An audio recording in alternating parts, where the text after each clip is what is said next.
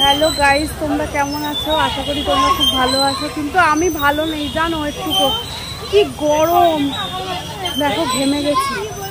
দেখো আমি বোন সবাই মিলে আজকে পার্কে এসেছি। পার্কটা কিন্তু খুব সুন্দর, দেখো এটা ওপরে বাচ্চাদের জন্য, দেখতে পাচ্ছ? এ দেখো বাচ্চাদের জন্য দোলনা, ওখানে মেয়ে চড়ছে আর এখানে সনটাই দোলনা চড়ছে। আর ওই নিচে আমরা নিচেও যাব, নিচে গিয়ে তোমাদের দেখাচ্ছি নিচটা।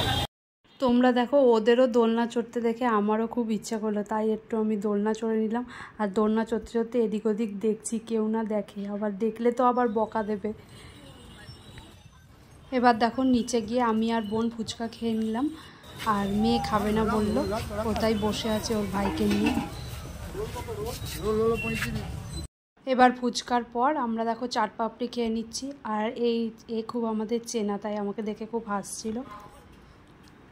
দেখতে পাচ্ছ আমি আর বোন মিলে চাট পাপড়ি খাচ্ছি। পাপড়ি চাটে এত ঝাল দিয়ে দিয়েছিল, খুব ঝাল লাগছিল, কিন্তু খেতেও খুব ভালো হয়েছিল। আর এইদিকে দেখো আমার মেয়ের অবস্থা, পা তুলে একদম বাড়ির মতোভাবে খেতে বসেছে। এরপর দেখো আমাদের সনটাই একটু গাড়ি চড়ে নিল, গাড়ি টাড়ি চলে আমরা বাড়ি চলে আসলাম। টাটা।